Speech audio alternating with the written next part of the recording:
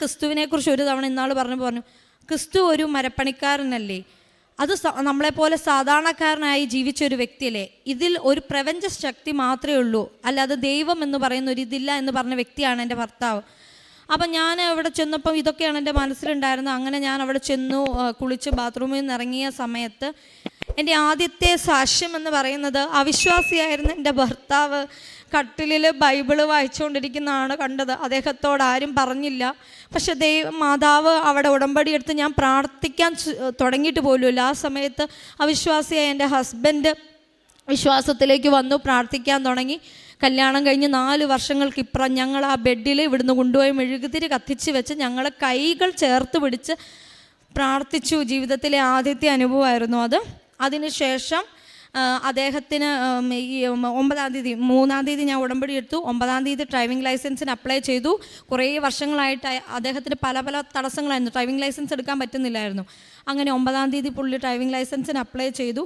Apply ചെയ്തപ്പോൾ ഒരു challenge ഉള്ളത്, ലേണേഴ്സ് പാസ്സായി 1 മന്ത് കംപ്ലീറ്റ് ചെയ്താലേ നമുക്ക് ടെസ്റ്റിന് അപ്ലൈ ചെയ്യാൻ പറ്റത്തുള്ളൂ.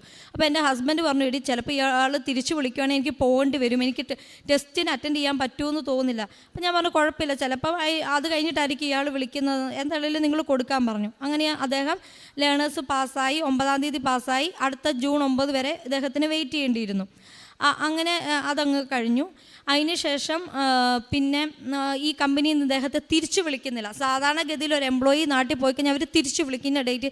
അപ്പം ഇയാളൊരു തീരുമാനം പറയുന്നില്ല. ഞാൻ വീണ്ടും മാതാവിനോട് പ്രാർത്ഥിച്ചു, മാതാവേ ഇദ്ദേഹത്തിൻ്റെ ജോലിയിലൊരു തീരുമാനം നൽകണമെന്ന് പറഞ്ഞ് പ്രാർത്ഥിച്ചു.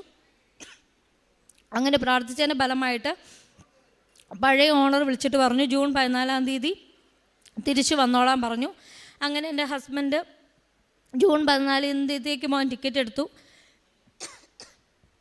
ആ സമയത്താണ് ജൂൺ 14-ാം തീയതി ടിക്കറ്റ് എടുത്തു. അപ്പോൾ എൻ്റെ ഹസ്ബൻഡ് പറഞ്ഞു, എടി എന്താണേലും 14-ാം തീയതിക്ക് ടിക്കറ്റ് എടുത്തു, ജൂൺ 9-ാം തീയതിക്കും 14-ാം തീയതിക്കും ഇടയ്ക്ക് എനിക്ക് ഡ്രൈവിംഗ് ടെസ്റ്റിനൊരു ഡേറ്റ് കിട്ടത്തില്ല, കിട്ടിയാലും എനിക്ക് കിട്ടുമെന്നൊന്നും തോന്നുന്നില്ല. അപ്പം ഞാൻ പറഞ്ഞു മാതാവിനോട് പ്രാർത്ഥിക്ക്.